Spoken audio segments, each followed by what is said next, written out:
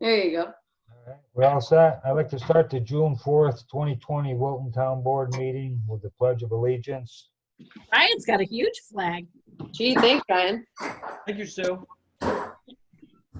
Pledge allegiance Allegiance to the flag of the United States of America, And to For the republic which it stands, one nation, under God, indivisible, with liberty and justice for all.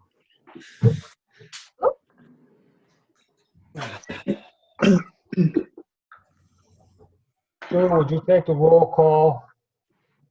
Supervisor Lance, Here. Deputy Supervisor McCachran, Here. Councilman Bogardus, Here. Councilwoman Callaghan, Present. Councilman O'Connor. Here. We're all here. Would somebody like to make a motion in a second, no public speaking or comments? I'll make a motion. Second. All in favor? Aye. Aye. Opposed? Passed. Did everybody get a chance to read last month's minutes? If so, if somebody wants to make a motion to accept them in a second. I'll make a motion to approve the minutes. Second? Second. All in favor? Aye. Aye. Aye. Approved. We have Champlain Hudson Power Express Incorporated. That's a company wants to run electricity from Canada to New York City along the railroad tracks. We have a Mr. Chase here, what's in charge of that. So I'll let him explain everything, and then if you got any questions, and thank you for coming on board, Mr. Chase. That's my pleasure, Supervisor, and thank you all for giving me a few minutes at tonight's board meeting. As the supervisor said, I am here tonight representing Transmission Developers, Inc. And I'm asking you to adopt a resolution giving the town's consent to TDI to construct and maintain the Champlain Hudson Power Express transmission line project under Pettus, Bullard, Scout, Edie, and Jones roads in the town of Wilton. The Champlain Hudson Power Express project is a 333-mile underground and underwater high voltage direct current electric transmission line that will import 1,000 megawatts of renewable hydroelectricity from Canada and send it to the New York City metropolitan area. It's fully permitted at the state and federal level and is the single largest renewable energy opportunity that currently exists in the state of New York.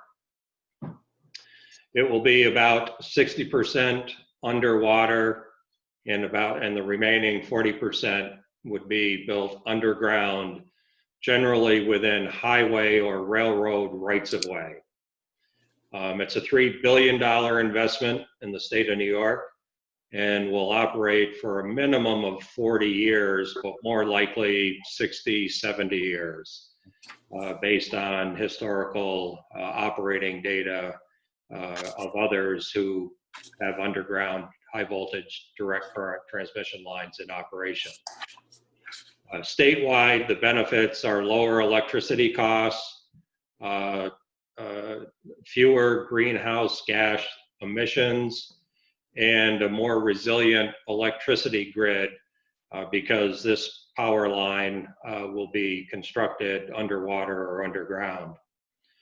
During the construction, the project is anticipated to create about 2,000 construction jobs, and we plan to use local labor and construction companies wherever possible.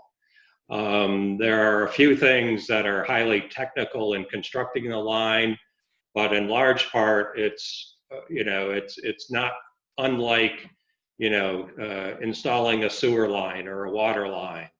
You're going to excavate a trench, put in conduit, backfill the trench, with proper protection above the electric transmission lines. But it's a pretty straightforward construction operation for the most part. In terms of direct benefits, we will pay property taxes to Saratoga County and to the Saratoga Springs, Schuylerville, and South Glens Falls school districts. It's my understanding that Wilton doesn't have a town tax. So unfortunately, in this case, we won't be paying property taxes directly. We'll make a taxing district. That's fair enough. If you have one, we will pay. With delivery fees. With delivery fees, okay. The buried transmission line in the town will require minimal or no maintenance during its 40-year operating life, and it will not require any municipal services to support its operation. Given this information, I respectfully ask that you pass the municipal consent resolution before you, and I'm happy to answer any questions that you might have at this time. So I kind of was serious about a delivery. You know, this was put on us probably 15 or 16 years ago. They tacked on a delivery fee to bail out Niagara Mohawk, and it was supposed to last for 10 years. And obviously they found out that if people are going to continue to pay, if people are still willing to pay it, they'll keep charging it. What does the town of Wilton get out of it? Well, hopefully that, you know, you'll get some construction jobs out of it. I would suspect that you will probably talk to Saratoga County to see if you can't get some of the property tax monies that we will have to pay to the county directed to your town. And of course, probably the biggest winner from a tax standpoint, which is the case in most communities, are the school districts that will be paying school taxes directly to the school districts that through which you know, the transmission line will travel through, so that they will benefit in large part from the property taxes that we will pay. But beyond that, you know, once the project's in, you'll probably never think about it again. So New York City basically benefits from the underground source of power. Well, they primarily will, because the power will be used there. But the way the electric system operates, the benefits of lower cost electricity do spread out throughout the state. Of course, the biggest savings will be in New York City, but there will be some electricity savings throughout the state because you are suppressing wholesale electric rates. And there's no way to tap into this source as it goes through people's backyards or towns? As the project is proposed today, no.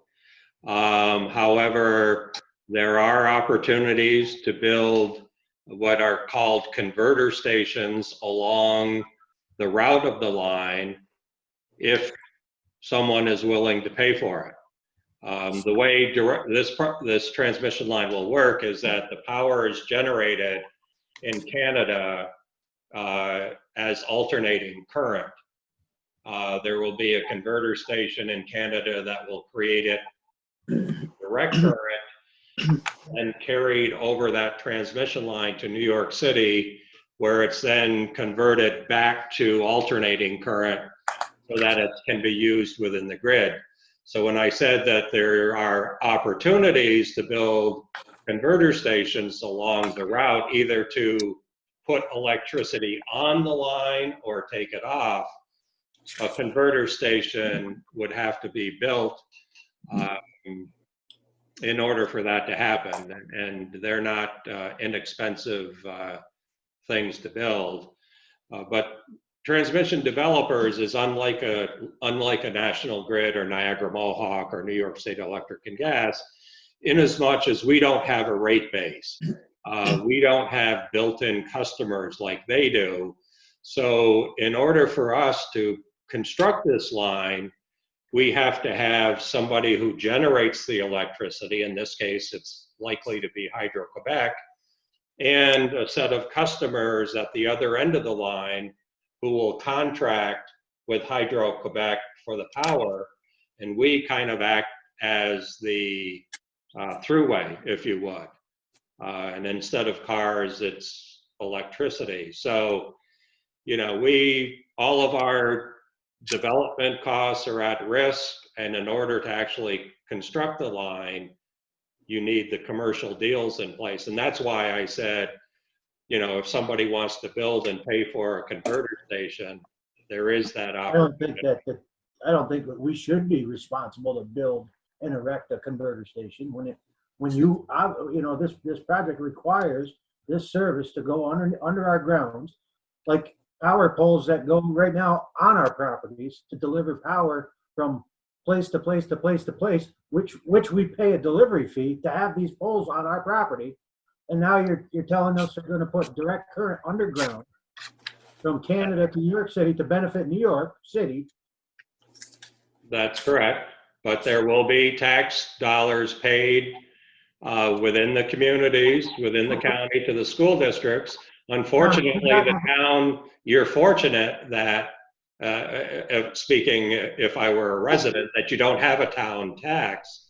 Unfortunately, in this case, if you had a town tax, you would receive direct tax payments from this project, but we are not going to be charging you a delivery charge or anything else. You didn't think Niagara Mohawk would either. Well, that's Now, a did you have any different discussion? animal. Have you had any discussion on this in the county? Yeah. No, John, Supervisor Land. Oh, I'm sorry. No, nothing's been brought countywide. So you don't even know what they're offering as far as a tax base or any kind of, what kind of value is being, we're being asked to vote on something tonight that, No, you're not. oh, we're not.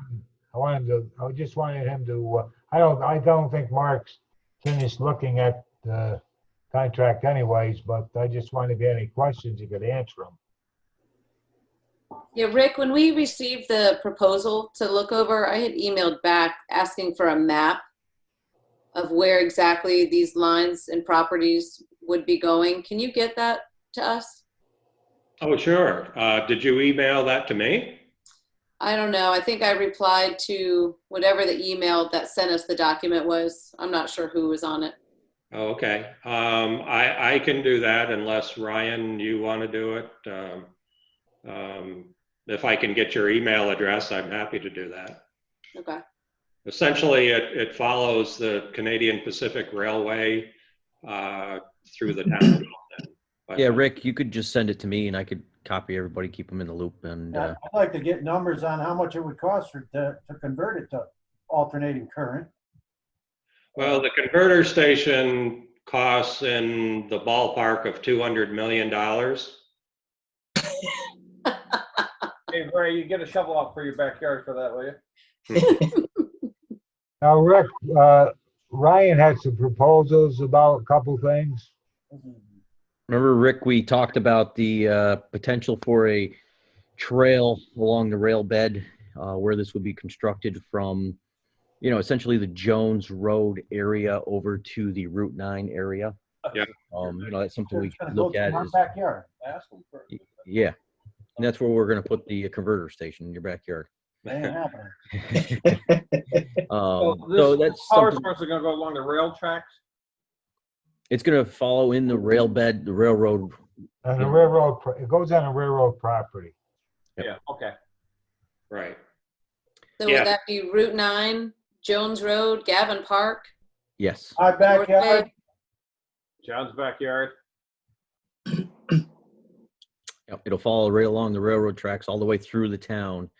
So that's, and the construction method is an open cut construction method. So it's not directional drilling.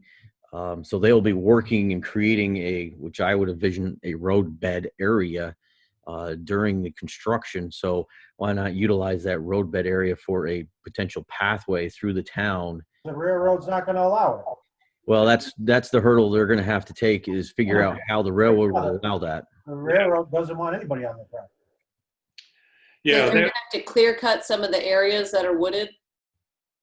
No, there is no no, we shouldn't, because we will reach out. be installing the cables within the railroad right away, which pretty much is already cleared of any. So when you go over overpasses, the line will be over the ground then, across the overpasses? No, it will be buried in the ground around the abutments, you know, holding up the railroad bridges. Oh, so you'll go down and then come back up Because the other side? It's direct current, so it must give off heat. Yeah, it will stay underground the entire way in the town of Wilton.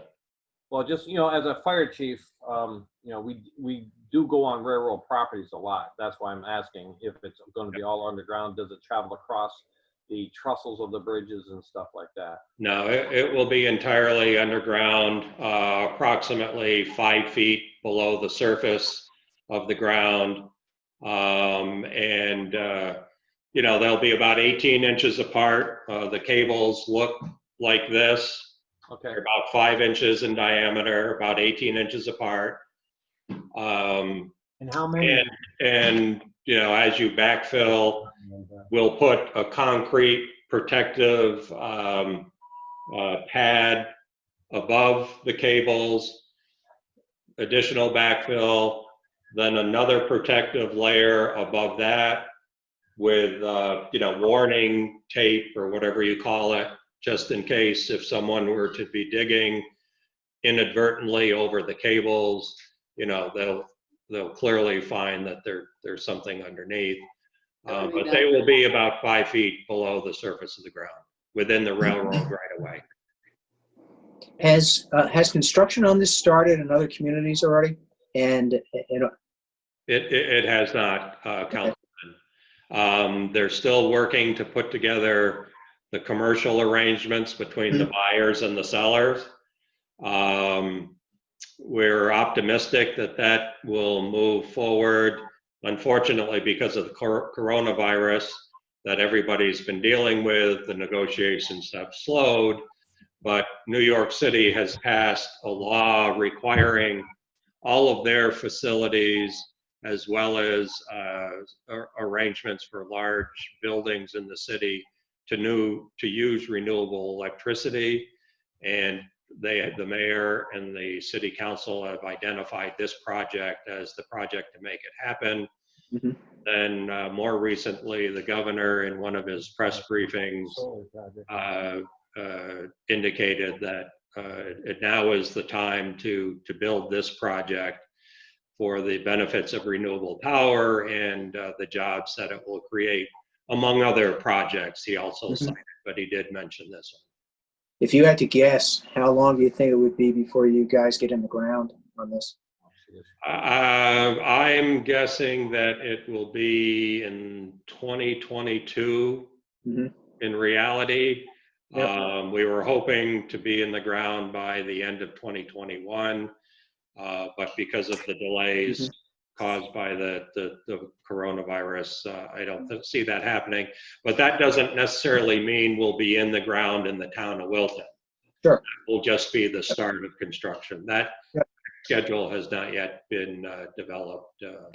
Is this going to work its way down, or will you like simultaneously be having the different communities starting their lines and then kind of connecting them as they come together? Yeah, the latter, Councilwoman. We anticipate that there'll be work crews in various locations working at the same time, and they will all come together in various locations as the project's construction completes. Now, with this construction, is it going to be one contractor overseeing the whole project, or are you going to have subcontractors like town by town all the way down through, or is it going to be one general contractor for the whole thing? There'll probably be several general contractors. because the submarine portion of the project will be done by one, general contractor. The upland part where it will be buried will be overseen by another. So there'll be, at least two, if not more. So in theory, you're going to be bidding the contractors out. So local people, as far as jobs, may or may not really have the opportunity, because our firms locally we have some large ones, some small ones, but they may not be able to bid on a contract that size. So really, it will not bring jobs into the Wilton area from Wilton residents. Well, there will be a variety of contractors that will actually be, digging the trench or laying the conduit. And there will be, I would say hundreds of those, but I don't want to put a number of it. But, there won't be one contractor digging the ditch for the entire, 150 miles. That will be done more locally, using local contractors. Yeah, but there will be, at least two general contractors that will oversee the submerged portion of the installation as well as the upland portion.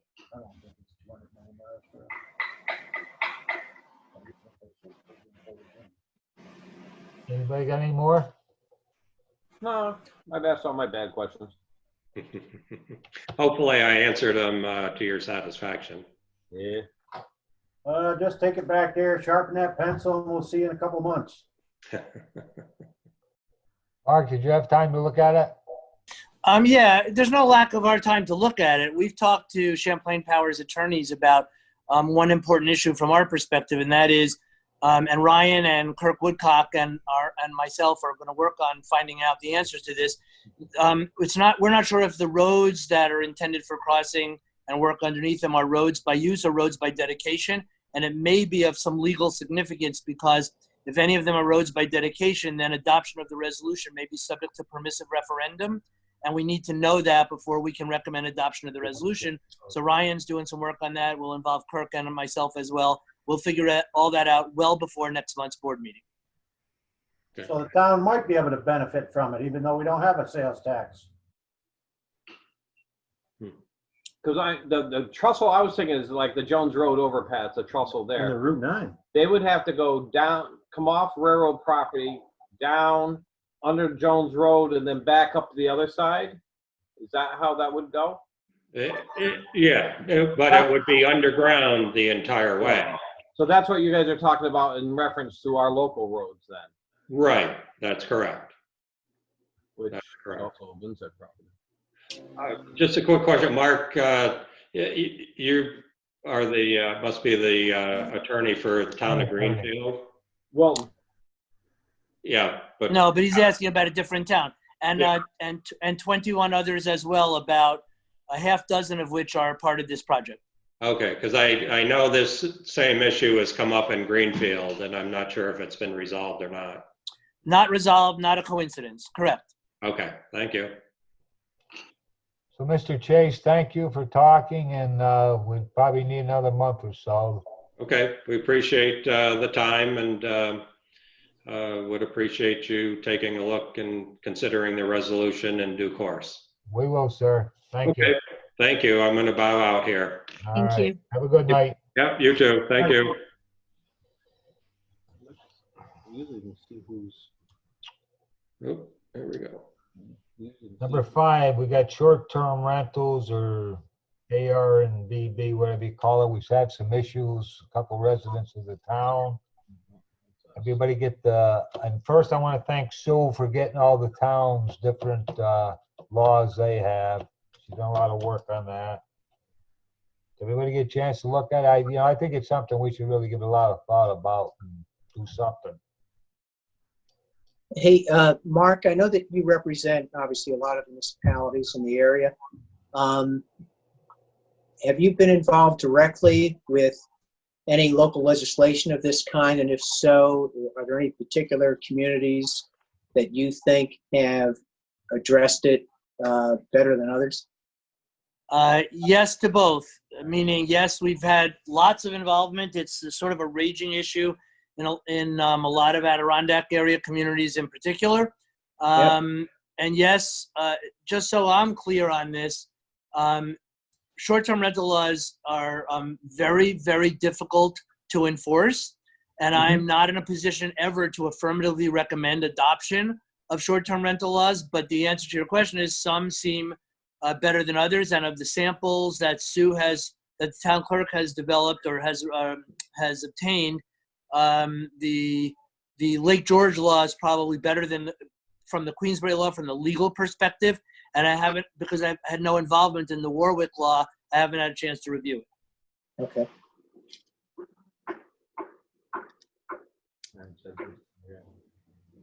I read them over. The Warwick one had a couple areas that kind of made sense.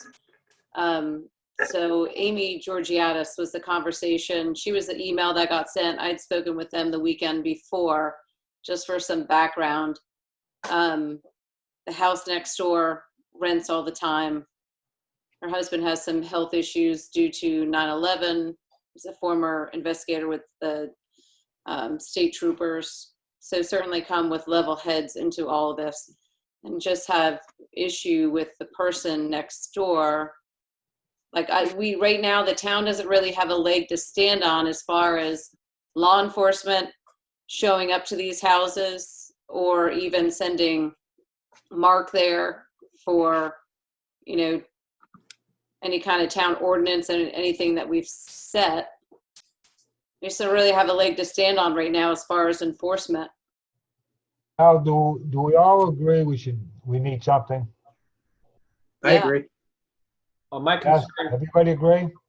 oh, absolutely. My concern is compliance with codes. Are these people who are renting, their Airbnb and whatnots to people, are they compliant with smoke detectors, carbon monoxide detectors, proper egress? Well, that we'll have to have Mark, sit down with Mark, but Sue looked the other day on their website. She figured there's at least 30, 40 of them already in the town. There's about 80.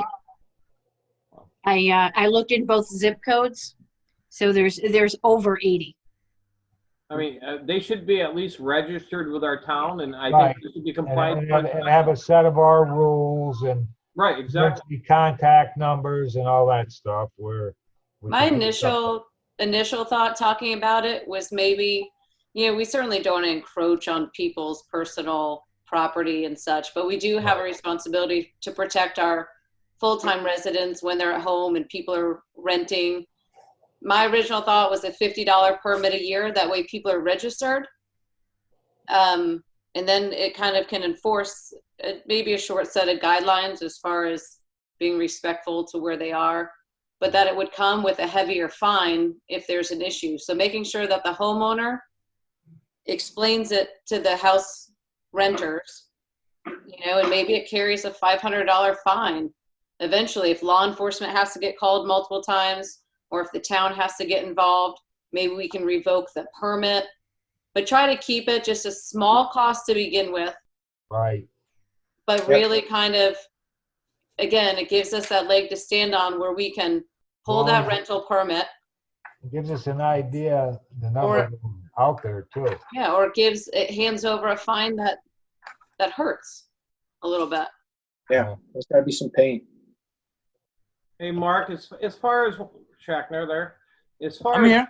when somebody rents their house like an Airbnb, I know we have the argument, well, it's my house, it's my personal property, I can do whatever I want with it. But once they rent it, doesn't it, in a sense, become a commercial property where they're gaining income on a property that they're renting out?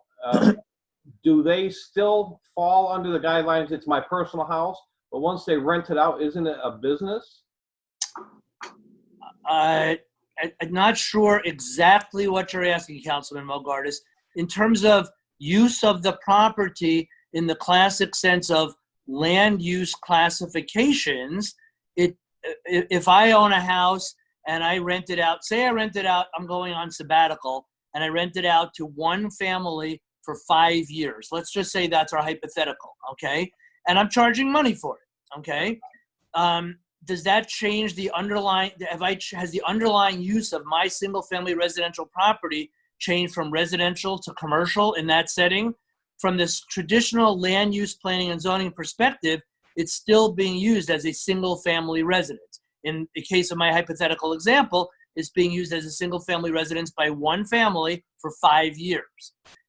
One of the reasons short-term rental legislation is hard to enforce is because you start going down a hill that becomes a very slippery slope. Let's say I rent it out for 5 days instead of 5 years, and the people I rent to wreak havoc, okay? That's when problems arise. Let's say, however, that I don't rent it at all. I charge zero money, but I happen to have 15 cousins that come in and occupy it for 5 days, and they go crazy and wreak all sorts of havoc. There's no short-term rental law that's going to address that situation because it's being used by my relatives and I'm not charging money for it. So the answer to your question, I apologize for droning on, but I'm just giving the board a taste of the difficulties of short-term rental legislation that I've run into in many years of looking at this issue. The short answer to your question is maybe, and Maria would know more about this than I, maybe that person now has to consider themselves to be in a business and declare that income as business income. But from the land use planning and zoning legal perspective, that use does not change from the single family residential. That does not somehow make it a commercial use as opposed to a single family residential use. And right now, the state of New York doesn't require you to claim it up to $19,000. Wow. I'm opening an Airbnb Me too. and I'll pay the $50. So we all agree we need something, right? Absolutely. I think I agree with Aaron with the $50. At least we got something to stand Well, on. And A couple of you want to work on this, take charge of the committee and look into it. You can work with Sue's got a lot of information. I'll do it. Aaron. Who's volunteering? I'll sit on it. Thanks, Aaron and Dwayne? Yes? Yeah. Yes, Aaron? Yep. Thank you.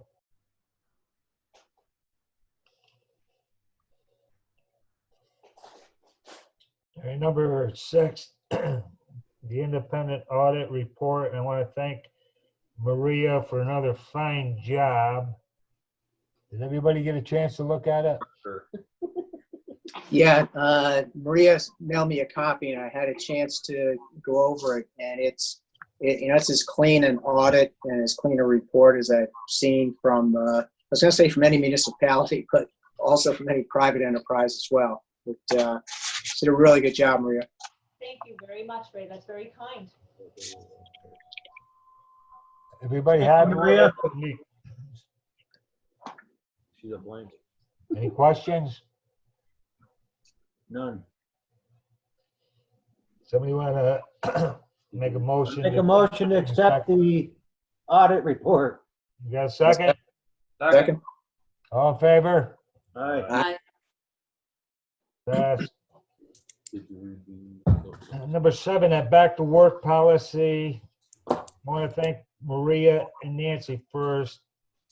They did a lot of work digging into these things. They looked at the state, the county, different towns, and I think it's a real, I know it's a needed thing, and I think they did a great job on it. I don't know if everybody had a chance to look at it. Yes. I did. I have a couple questions. I guess, I think it's the third bullet point down where it says employees must take their temperature every morning and not report to work. So we're leaving them, I mean, obviously, I would say we trust them all, but holding them accountable kind of to take their own temperature every morning? Or should the town acquire kind of the forehead monitor as people approach? I went somewhere today and had my temperature taken when I walked in. It was painless. Just wondering if that should be part of morning protocol. I would support, Aaron with Not the redoing one the that- temperature test. Not the one that touches you though. No, they have the scans that you don't have to touch. I've gone into healthcare facilities where they have a probe that goes across your forehead and stuff like that. And then they also have a verbal screening as well, about cough, cold, and various things also. Every time I go into one of the healthcare facilities. I mean, You gotta be careful of that hyper act too, when you do a lot of these stuff. If it's our employees.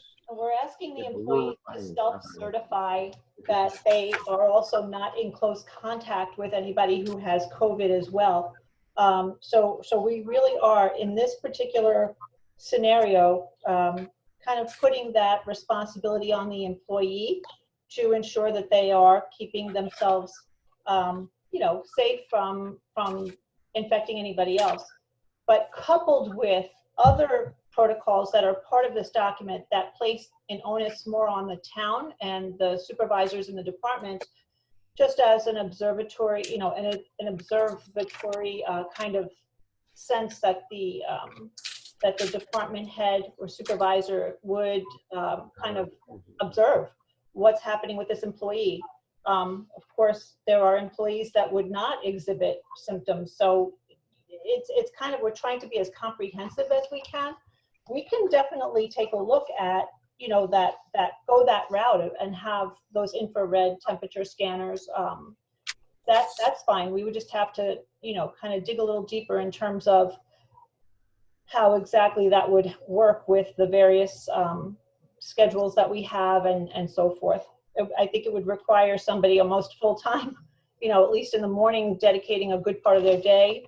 Same thing, with the part-time employees who come in at various times of day.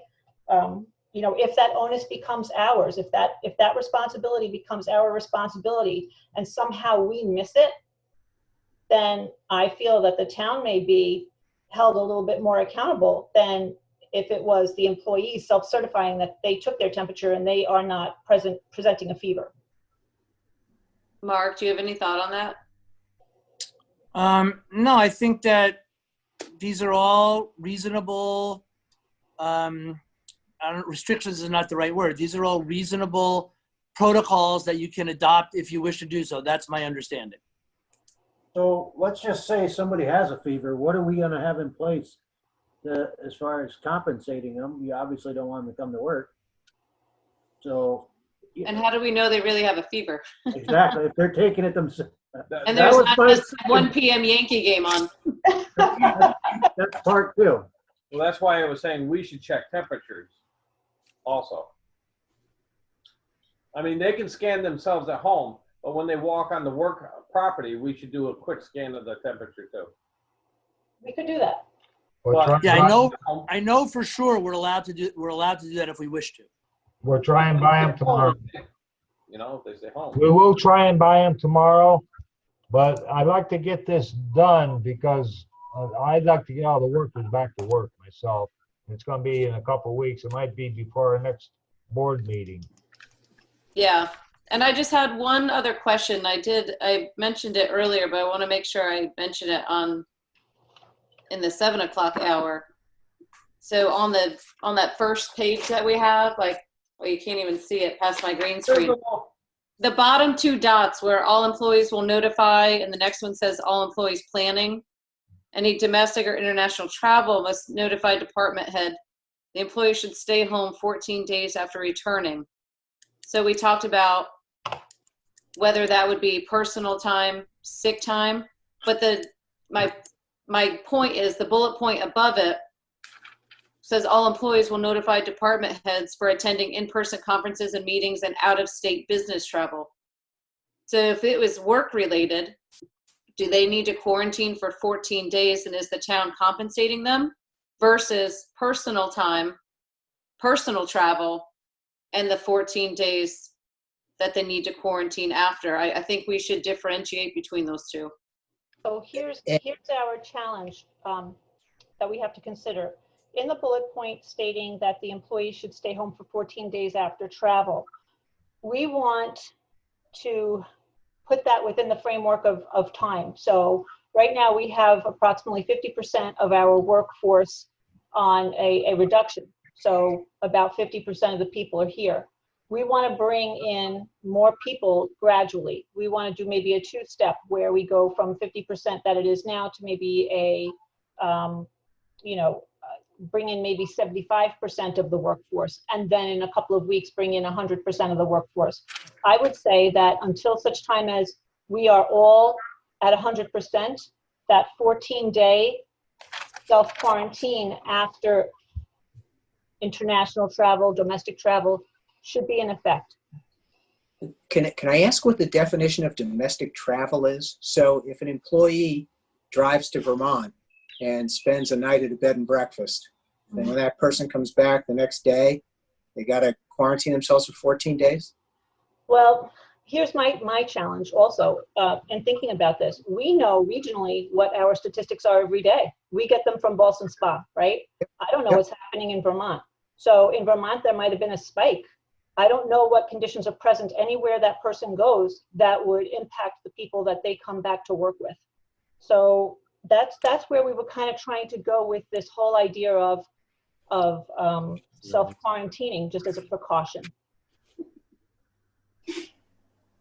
And it's not forever. It's only until such time as we're all able to come back to work.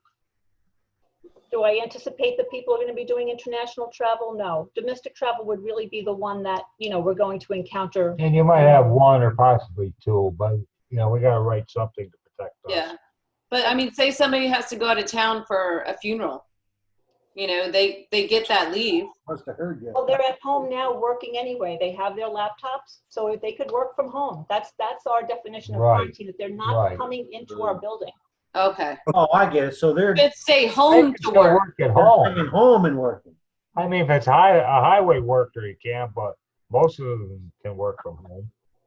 But Right, but it if I doesn't say anything about working. It says they should stay home for 14 days after returning, travel their health, and practice social distancing. Until such time as everybody's 100%. Go ahead, Mark. Yeah.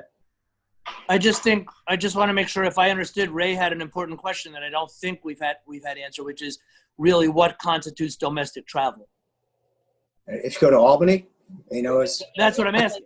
yeah, see, If somebody goes to Catskill hiking, Right. I mean, for example, if you need to go down to the New York City metropolitan area, if we define domestic travel as out of New York State, clearly going down to New York City metropolitan area is a much, much higher risk activity than crossing the border and going to Vermont and coming back. So I don't have an answer. I just think Ray asked an important question that we need to define.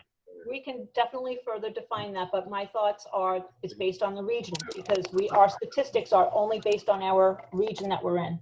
So travel outside the capital region? Yeah. As has been laid out by the governor. So we have like 7 counties? Yep. Okay. So I got up at 4:00 this morning, went hiking. Yeah, you're travel. Yeah, you're out of the region. Yeah, and now I didn't come across anybody. I'm out in the woods all by myself all day, but so I don't want to beat this this horse till it's dead, but if people can work from home anyway, then it's immaterial. Let them stay home for 14 days and work from home. But for those that can't work from home, I don't. If a highway department employee goes to Lake Placid for the day and it's out of the capital region, we got to make the highway department employee stay home and do nothing for 14 days. I don't know. Oh, they'd all be going to freaking. Yeah. Well, and I guess it's important to note, for those that can't work at home, what are they using for a 14-day leave?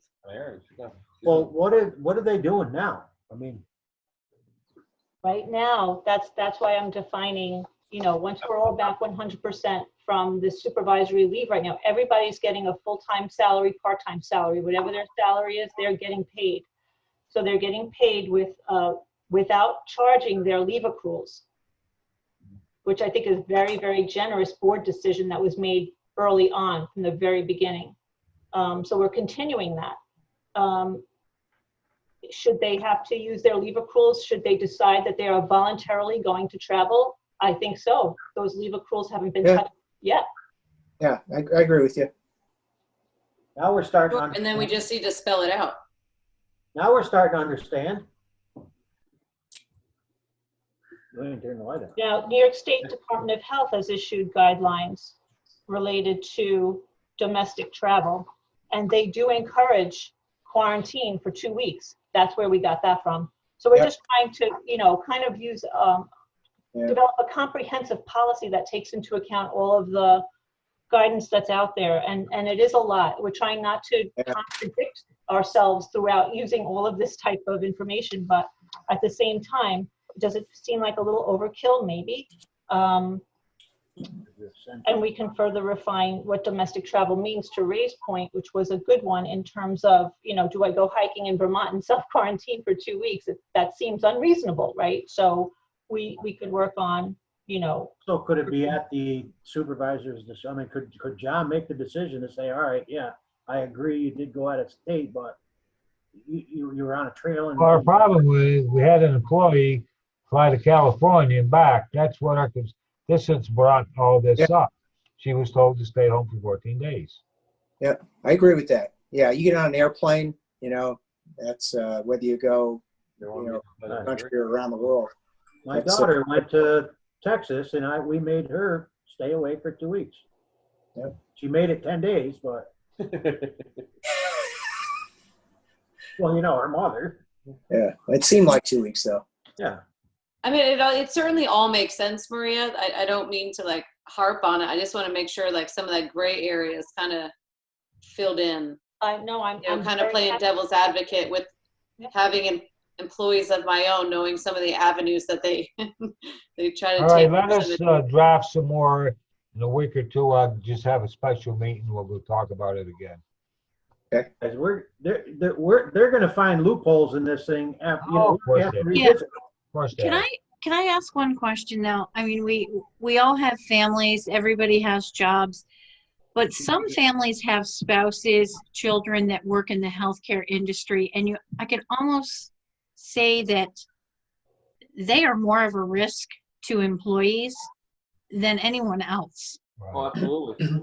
So how do you, I was just reading that about coming into close contact and caring for, and so it's a very difficult. Now, do we have all the plexiglass up, separating employees? Yeah, but they was told last week to get it ordered and get it up. So why don't we start there and, at least.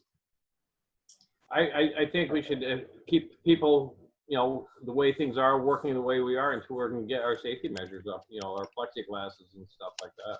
So the week. Are we continuing to keep town hall kind of restricted access as well? Yes, for the time being. Good. I agree with that. So We right have to now, protect our controller and our clerk. So the layout of the And building our right clerk. now, every And single one of Ryan. the buildings, all of our employees are essentially, 6 feet away from each other right now. The plexiglass really comes into play when the buildings eventually do open to the public, as they go to the front lobby to deal with Sue or Julie or Amy, and as they deal with Building. with Lisa and Tammy. So those are the areas where, and there is plexiglass already at the park. So the front desk there has the plexiglass. And so that is definitely something that we're working on. We are more at this time concerned about, the employees themselves having access to, wipes and other supplies that would be essential for people to kind of function, like wiping down the copier, wiping down doorknobs, making sure that the things that are common touch areas are essentially cleaned at least once a day, and hopefully even more than that.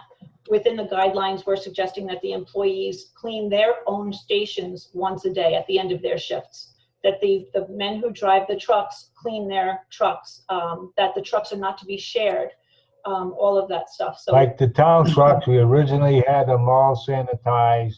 Every building's been done. Everybody's got a supply of masks, hand sanitizer. I'm going down to county and getting some more tomorrow. Good for morale. Probably this thing here, let us reword it again. change a couple things. We'll get everybody a copy, and as soon as we get it done, we'll have Hey, another. Ryan, earlier on, we kind of restricted some of the site visits for Mark and some of those guys as far as permits and all that kind of stuff goes. Have we started to kind of revisit new construction? Yeah, I mean, they're still going out to construction sites. I mean, that's the thing. This whole thing is, this is my perspective of this whole process. I mean, you go to the shopping market stores and stuff like that, and people are walking around.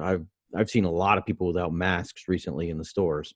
Not that I go to the stores all the time, but you get your contractors. Lowe's without a mask. Yeah, I see contractors working together without masks, and I just see this whole thing. It seems like a whole different set of rules for everybody, and now you can eat outside, as long as you have certain restrictions. But yeah, I understand we want to protect everybody, but you also want to be realistic with what you're doing and moving forward here. Sometimes common sense needs. So you're saying like going to Walmart or Lowe's is like going to Albany or New York City. Yeah, you don't know where everybody else has been. They're touching the food products that you're touching and grabbing. And Ryan, I agree 100%.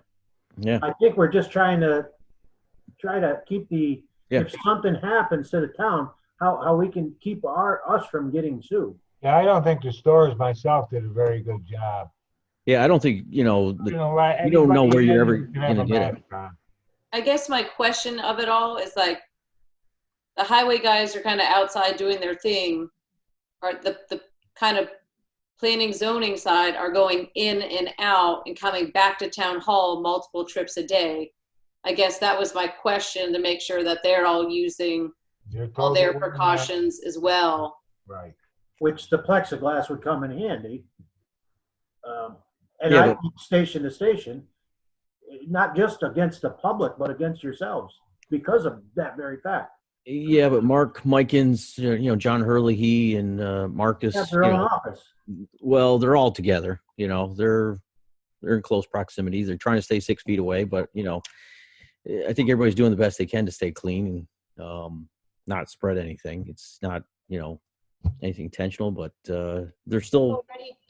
What we've already done in the highway department, for instance, is we've taken out the common gathering areas. We've taken out the seats where they would sit, and we've placed other things at least 6 feet apart. Talking about Mark Mikens' department specifically, those desks are more than 6 feet apart. Mark Mikens has his own office, and the two other gentlemen, Marcus and John, their desks are on the other sides of a very large area. So there's not a lot of interaction when they're at their desks. However, when they're, grouped together, talking about something, collaborating, you've got to be 6 feet apart. And that's the purpose of the guidelines, really, is to make sure that everybody's aware of what they need to do to keep each other safe. So was there wearing a mask part of it? All right. So we'll take that. Those are very good suggestions. We'll get back to you. Let's move on to the committee Thank you, report. Maria. Thank you. Any committee reports? I only have a brief one. My understanding is the signage on the town court building was installed today. As far as construction, I believe the only thing they got left is the break room and one other AC unit that they're working on for the office area of the courts, and then the project will be complete. Okay, thank you. Nothing from parks. We've been closed. Right. The Wilton Heritage Society, Karen had given me a flyer. The annual Strawberry Social is Sunday, June 21st from 1 to 4 p.m. Done. And this year the event will be curbside pickup only. And please come and support our museum and community. The price is $5 per person. Please have exact change to help us comply with COVID-19 guidelines. What was the date and time again, Sue? That is June 21st from 1 p.m. to 4 p.m. at the Heritage Museum. Thank you. I have a quick question regarding the governor's summer camp announcement that rolled out yesterday. Has anybody heard anything? I know I spoke with Ray and we went on the website and looked and it said guidelines forthcoming. Has anybody heard anything? There it was Yeah, reopened we're on canceled, yesterday. right? What's that? We're still canceled. Yes, we are.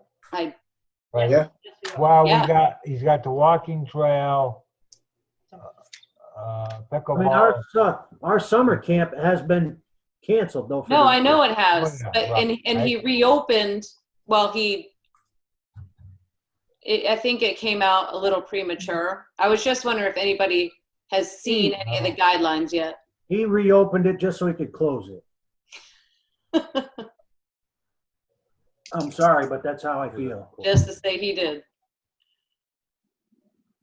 I haven't heard anything. But no one's gotten any calls from residents or anything asking if we're gonna open up summer camp or anything like that. Oh, I've gotten a bunch. People ask, Yeah, you have. I got one as well. Yeah, Right. summer camp and then knowing if baseball would open. right, baseball's on the fence, I believe. They're just waiting for the town to open Gavin Park so they can start. They ordered the uniforms hoping that they could at least have July and August in small groups. Well, maybe Cuomo will open it. And we can- Well, baseball team is 9, Yeah. under 10. Well, and it's something we talked about kind of early on. You know, without school and if July and August, maybe the teams could go I'm sporadically thinking- throughout the day, so it I minimizes. talked to Mark today. He'd like to try this a couple weeks, what he started, and then we'll make a decision from there. So everybody can give a lot of thought to what you want to do. Okay. I agree 100% with what Ryan said. People are going into Lowe's, Home Depot, where there's thousands of people, Walmart, thousands of people, and we're coming home. And some aren't wearing masks, some are wearing masks. There's no way to track this thing down, and I think we're just putting a lot of undue pressure on our families and kids. To me, I hate to say it on TV, but I agree.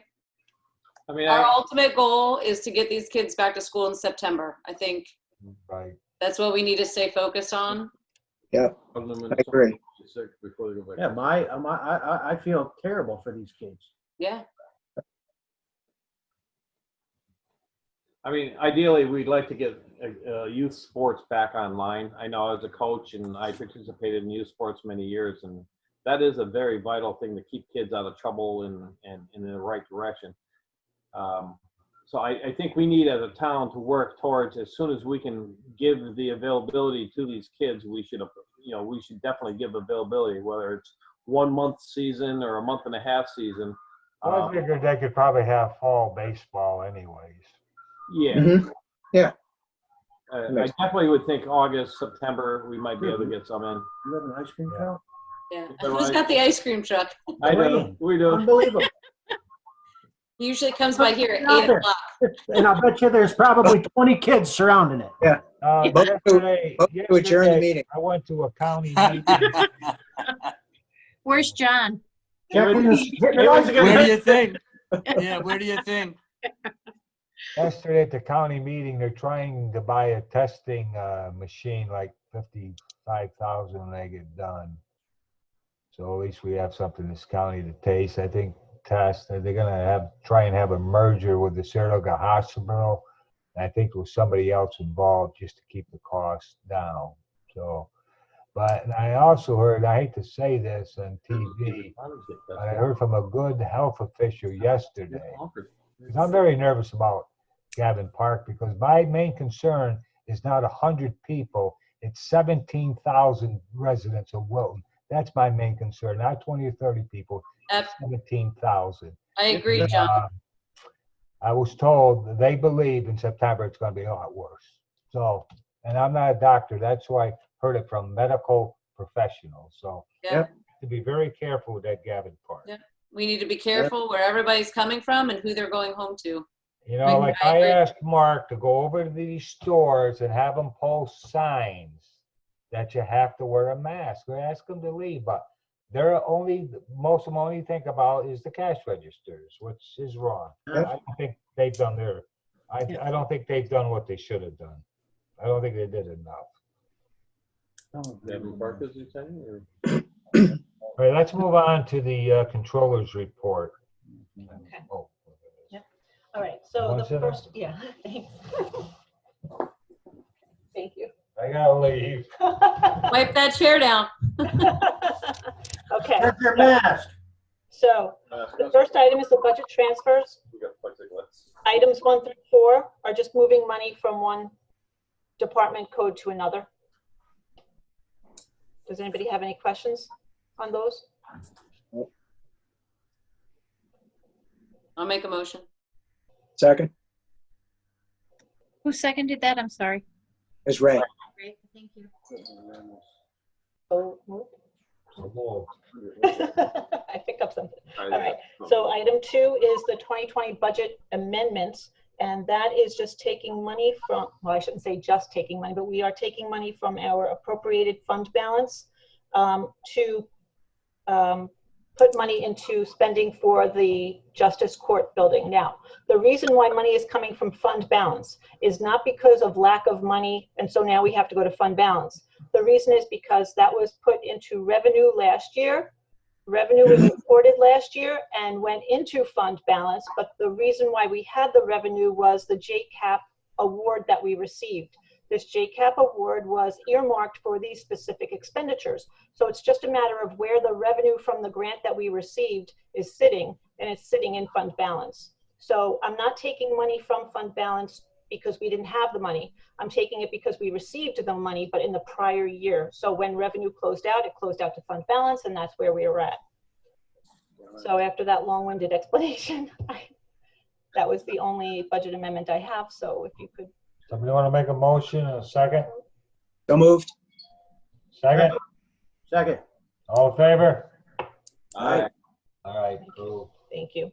The next item I have is personnel, and there's 3 separate items on there. The first one is John Phillips is no longer employed by the town, and that effective date was May 8th. Give me a motion on that. I could go through the rest of them and we can Okay, just vote, yeah. all right. Thank you. The second item under that is that Kirk Woodcock, who's the highway superintendent, is requesting $1 per hour raise for Jason Bruckner, while Jason assumed additional job responsibilities while Frank Holden was out. He was the acting foreman. Right. Now, does that go right back down to his normal pay after Frankie's back? Yes. Correct, yes. This is just a one-time adjustment. So it's a retroactive Right, Right. it's correct. bonus? Okay, I'll make a motion to approve that. I'll Or second. we're going to take them all at once. That's okay. And the last one is Mark Marino is requesting a waiver of the forfeiture of excess vacation leave accruals for himself and for John King. And they both are 6.5 hours over their allowable carryover in June. So he's requesting that because he hasn't been able to use his leave, he would like to be able to do carry it over. And then he would use it during this year. Somebody want to make a motion? Approve that? 2 months off. I'll make a motion. You're asking That. for over 6 No, he hours. didn't have. He didn't have. How does Dwayne feel about that? He did work. My question was, we just gave him 2 months off with pay and they're asking us to extend it for 6 hours? Yeah, I think that We can't win on that one, Dwayne. We I don't know, can't. just, you know, we. No, we set up- you're right, but we can't. They have more rights than we do. Somebody want to make a motion in a second, or what do you want to do? Wait, run that by me again, Dwayne. So, you said he had off for 2 months? Well, that's not quite, Well, we paid him to stay home for Corona. no, but he did go to Who? They- Not they've every been day. coming in, work. you know, Mark Marino comes in every day as the department head, essential employee. So, So him, in maybe. there. But John King comes in like halftime under that 50% workforce reduction. Neither one of them has been able to take their vacation. John King in his instance requested leave, but it had been taken back because he couldn't go away because of the virus. So that's where we're kind of headed right now. Get him to stay home. That makes more sense. Okay. If he had that time taken away from him. So he couldn't go away, but we were paying him anyways not to go away, but now And that was my point in the email I sent last month, excuse me, exactly that. Just because you're at home and you can't work doesn't mean you can't take a vacation day. You know, in other words, you don't have to be sitting at your computer working. You can take a vacation day and do yard work. You know what I mean? Like, so, Maintenance wouldn't be sitting at their computer working. Right. well, They're that's trying to true. figure out how to make grass grow. Well, right, but so here we are now with people asking for time because, So did Mark Marino, he has gone to work every day. yes. Just about. So then I could approve it for Mark, but I just. Well, this brings me back to the very beginning of this when we talked about paying people their current salaries to stay home. Yep. And I did ask, if we're paying them to stay home, why should we still be paying them vacation leave? Because they're staying home. So we're paying them to stay home and giving them vacation leave. And now here is the example is now they're asking for the vacation time that they accrued while staying home, and they've accrued over their max. So now they're asking us to let them extend it, even though they stayed home. So now, in a sense, we're paying them extra Well, vacation time and paying them straight time. Due to the financials of the town of Wilton, we can't at this time approve it. I mean, that's why I'm saying we're paying people to stay home or limited hours, and we're paying them vacation. They couldn't go accruals. on vacation because they can't go on an airplane because of Corona. That's not our fault. But they could go to the camp or whatever else. And they chose to stay. You know, I don't buy that one bit. I don't buy that for one bit. I'm not in favor of extending their vacation time, and I voted that way with highway, and I'm going to be consistent that way with park employees also. That's for both of them. Yeah, Mark wasn't there full time all summer or all 2 months.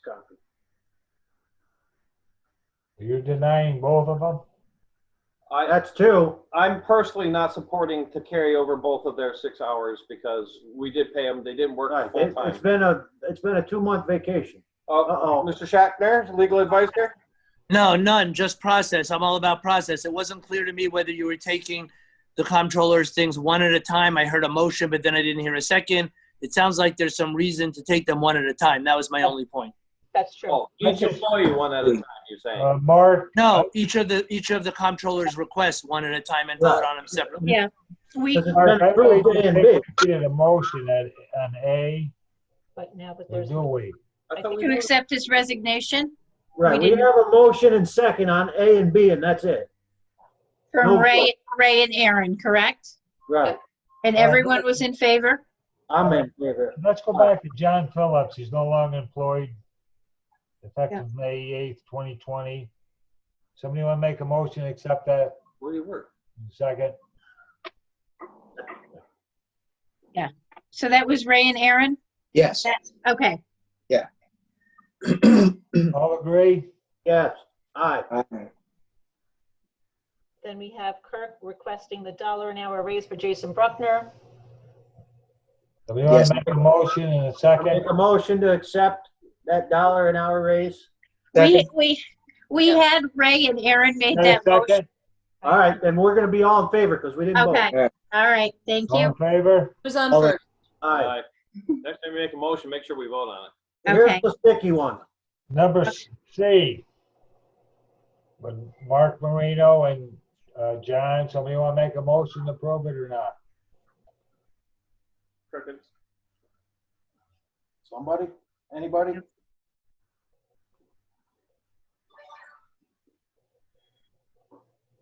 I'm hesitant if Move on to Mark number Marino has 4. been if Mark has been at work every day.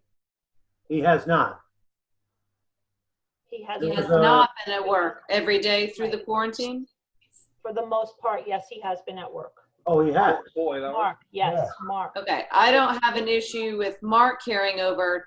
The second gentleman, did he have time off during quarantine? He had, right, yes, he had supervisor leave like anybody else who was not working. They were allowed to stay home and get paid without charging leave accruals, yes. So I'm almost more inclined to split those two. Mark Marino. Give Let me Mark say his something. time. Let me say something first. I've worked my butt off for the last 3 months to get these guys to get along, and Mark told me they're getting along pretty good right now. And all this is going to do is make the one guy mad, and we're going to go right back to where we started 3 months ago. I don't think 6.5 hours is going to break the town. Good call, John. Better look at the whole picture and think of things. So what do we do in July when they come back again? I think we got to come up with a plan now to stop all this stuff too. Well, that's why I'm in favor of not giving it to either of them, and then they'll be buddies. Well, there you go. Did Mark Marino work 40 hours every week? No. Mark Marino worked for the most part his full schedule, yes. Oh. Or he was working from home. He would come in, he would do his personnel stuff, and then he would also work out on the fields, on the baseball fields, and do, you know, landscaping type activities. So yeah. The park looks great. I walked around that track yesterday. You have. Yeah. They've done a really good job. That's why I was questioning if there's a difference between the time that both of those gentlemen put in, that we're not comparing apples to apples. If Mark was there, his full time, but the other gentleman had his leave. That's all I was asking. So currently both are at max on their vacation leave. Yes, yes. So 6 hours isn't going to hurt nothing. So, was there, and this goes back to, you know, what Dwayne was saying about the highway guys too. There was no reason why, you know, those highway guys we discussed from earlier in the year, there's no reason they could not have taken vacation in 2019. Was there any reason this year where Mark could not have taken 6 hours off? Well, not that he could not have, he could have, but what he tends to do is every year in July, he goes away, or actually is it July? I don't even know when every year he goes away, he saves his time to go on that vacation. And because of COVID had not, and he realized that he was not going to be going, but also did not take time off because he was essential. So he had to be at the job, you know, doing all the personnel stuff, doing the field stuff that wasn't getting done because other people were on supervisor leave. So, and I think with some of these parameters that we're putting forward, we're going to be restricting more of them from being able to go away, as we're asking for a 14-day quarantine. Mark Marino can't do his job from home in the hot summer months, especially if we're going to be trying to bring sports back. I think we should give them that time. Not ideal, but we are not in ideal situation right now either. Right. So Aaron, you made the motion? I'm inclined to take John Lance's advice on this one in terms of, I wasn't looking at the big picture. Good relationships and that sort of thing. But I'm also inclined that at some point, we've just got to lay down the law and say, now COVID-19, let's put it aside, you know, extraordinary circumstances. But if we put down the law and look, if you don't use it, you lose it, period. That's I think Dwayne made a really good point of that in the January meeting. Tomorrow with a plan, right, if you want to be involved. My plan's already done. Use it or lose it. in the personnel policy Right. that, yeah. if the That personnel plan was policy, made with people are Frankie aware, last year, just people remember have that. signed off on the personnel policy, that they understand what's in the personnel policy. It clearly states that on your anniversary date, you will lose any Right. balance Yeah. above 140 or 160, depending on your work schedule. And it's clear as day, and they know that. And so, yes, albeit COVID-19 is an odd thing that Yep. happened, for the most part, that is the rule. And yes, I agree. And every year, a half a dozen people ask for an exception. Right, exactly. Okay. But I think if we go back, Dwayne made a really good point in the January meeting, covering that up, the difference between personal time, sick time, vacation. So they just need to make sure over the next 6 months that they use that time Right. properly. Right. And they're aware of their time. It's on their check stubs. It's not like it's an unknown. So, yes. We can actually go ahead and email department heads and just remind them to remind their staff, look at those time stubs, make sure that you are keeping track of your time. This way you're not surprised at the end of the year. Yeah. I think the department heads, once in a while, got to remind their people what's going Well, the on. department head's asking for a waiver. All right, then number 4. We Hey, gotta, we got to vote on that. What are we Yeah. gonna do? Somebody want to make a motion or not? I'll make a motion Second? what's your motion? Pay to them both? approve. Pay them both? Yep. Yeah, Very good, thank you. And then I did add an I'll item, second it. oh, sorry. John McCacken seconding? Have we got a motion? Yeah, Second? John McCacken. All in favor? Nice. Aye. Aye. Opposed? No. Passed. Thank you.